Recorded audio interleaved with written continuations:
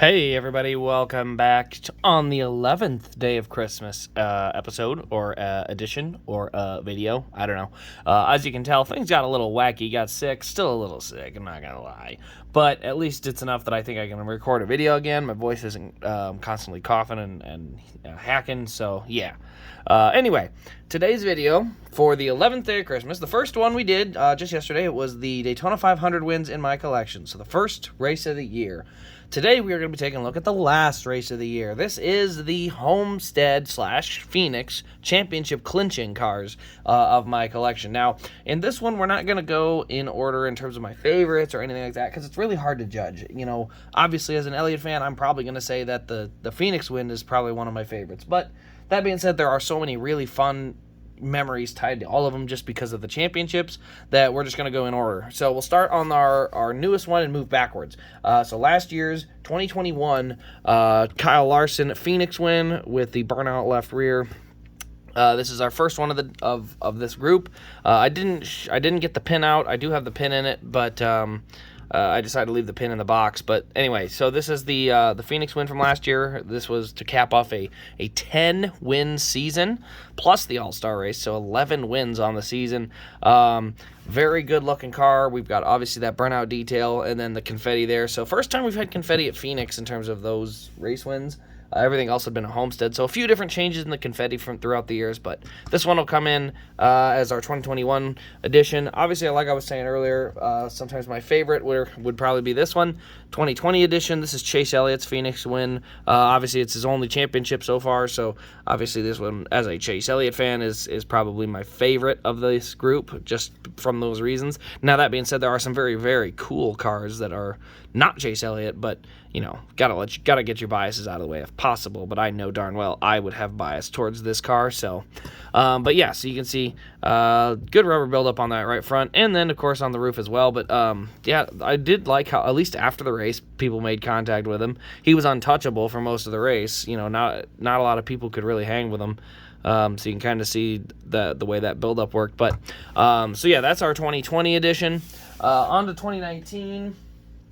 2019, we have Kyle Busch from Homestead. This one is the regular M&M's paint scheme with the green and white confetti.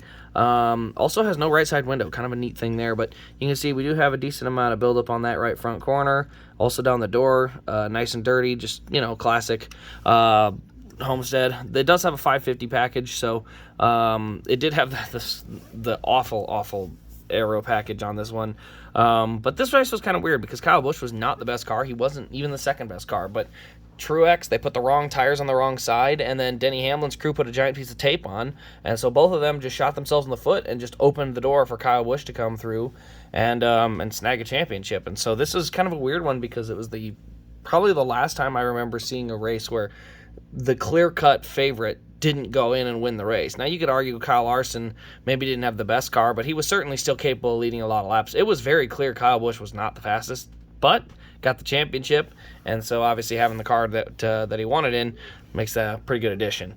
Now, moving backwards, we're into 2018. Probably, if I had to say my least favorite on this list, it was just because of the 2018 season. I felt Truex was the better car this day, and if it wasn't for a late race yellow, there was nobody that was going to touch Truex. And but we got a late race yellow caused by Brad Keselowski, which I still to this day think was intentional because he just ran over Daniel Suarez. But anyway, once that yellow came out, I mean, Joey Logano drove away. I mean, he drove from fourth and just blew by everybody's doors and was gone. And so this one I remember because it has the Snapchat logo. We still get the good burnout. So Joey can still do a good burnout. You know, good on Joey. A little bit of confetti on the front, but not as heavy as the other one, the Kyle Busch one. And you can see on the right side, it's a Homestead one, so still gets some good dirt to it. But obviously the Martinsville is probably the more famous race from this championship run. But this one having the Snapchat logo and stuff for Homestead, so still a pretty good car. We'll move back into 2017. I had just mentioned Martin Truex Jr. And this one I actually was able to get autographed at Kansas. So you can see I have a signature on the front of this one. This is the Bass Pro Shops Tracker Boats Homestead win from 2017. Truex had such a dominant year, and so I picked this one up in Elite and was able to get it signed. Going down, let's see, we do have our cameras over there on the roof. You can see the right side Goodyear Eagles are rubbed off it. Not from the racing. That was actually after the race. All the congratulatory things that went with it. And then a burnout left rear, also with no Goodyear Eagle on it either. So this one is probably one of my... I wouldn't say my favorite, because my favorite from 2017 was actually his Chicagoland one. I thought that one was really, really cool, getting the dual autographed elite of that. But outside of that one, I would say this one's probably definitely the second best of the elites from 2017. I think it's one of the only ones made in elite. And then, there's a couple other good ones too. So off to 2016 we go. This one is just a very popular, or a very sought-after car for multiple reasons. Number one being it was the 7th championship for Jimmie Johnson. And as many times as I can say it, I will always point this out. I do not like the 2016 championship race. I mean, I will appreciate the significance of it. Johnson winning his 7th title. I think this is one of the better Lowe's paint schemes. A little dirty at the bottom. Like they made it too dirty at the bottom, and it just kind of diluted the car. But I will always say this race was honestly one of them that was more embarrassing to me because of the NASCAR manipulating the race with kind of useless yellows.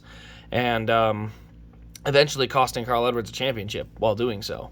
So, I mean, I can't forget about that. As much as I can look back and say, wow, Jimmie Johnson got his 7th championship, and I can appreciate it, and the really cool car that came with it, I can always still look back on this race and go, sorry, the race wouldn't have happened like this if NASCAR hadn't meddled their fingers in it, and it was really, it's a bad look. Thank goodness a lot of people don't have that memory, but I do, unfortunately, and like I said, there's something about that just, I don't know, it'll never sit quite as pure. All right, so the next one on this list is only going to make the championship conversation worse, and this is Kyle Busch's 2015 Homestead win. Now, this one was a straightforward race. Kyle Busch went out and won it. The only reason I say it would be a little more controversial maybe was just Kyle Busch didn't race the whole season because of his injury, and so a lot of people say, well, you didn't race all season, so why can you win the champion? And there's some argument to that, but at the end of the day, Kyle Busch did what he had to do with the system that was in front of him, just like Jimmie Johnson. Don't like it, don't like the system. Hey, I'm in that boat, but I can still appreciate it. So Kyle Busch's first career championship in the green M&M's Crispy's car, or M&M's Crispy car, there you go. And yeah, this is the only car I have, I think, of the M&M's Crispy, colors. I didn't have any others in that green color, but still. Kyle Busch's Homestead win. This is a very hard, rare car to find. So is the Jimmie Johnson. A lot of these Homestead and Phoenix Championship cars get hard to find, but this one is for sure one of the harder ones to find. But do I think it's the most hard to find? I don't know. Because our next one, and our final one on this list, as far back as I go, the 2014 Kevin Harvick Homestead win, kicking off this entire one-race playoff thing. As much as I don't like the format, I do have every win from the format, probably because of how significant those wins are. So, I mean, maybe you could argue that's a good thing. Maybe you could argue it's a bad thing. I don't know. But that being said, this is a very, very cool race win. We do have the Stars and Stripes confetti. A lot of dirt across the front of this one. You can see just all the dirt on the nose of this car. On the right side, you can see the streaks and stuff down there on the right side door. Obviously, on the right front, you still have some dirt as well. But yes, this is a very, very hard car to find, and this was the last car I was able to find. It took me so long to find this one. I actually just found it this year at Bristol, so yeah, sometimes they can be really, really difficult to find. But anyway, guys, that'll pretty much wrap up all of the final wins, or not final wins, championship winning cars that I got in my collection. I'm going to kind of line them up here for a group shot before we go too far.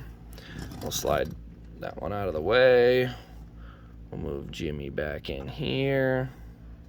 Who else? 2017. I got to put Truex back there. There we go. 17. Then we'll go 18. Then we go 19. All right. So there we go. Almost there. 20 and 21. So there we go, everybody. That is all of them. Every car from the new or the modern win in your in championship style. So this is day number 2, Christmas. I'm going to have a bunch of these days running together because of being sick, so I'm just recording 1 or 2 of them tonight, but I'm recording a bunch tomorrow. So this is day 11 of Christmas, or day 2, whatever you want to call it, second day for 11th day. All I know is I got 10 more videos coming. So anyway, guys, thanks for watching. This has been Race Craze, and we will see you in the next day of Christmas video.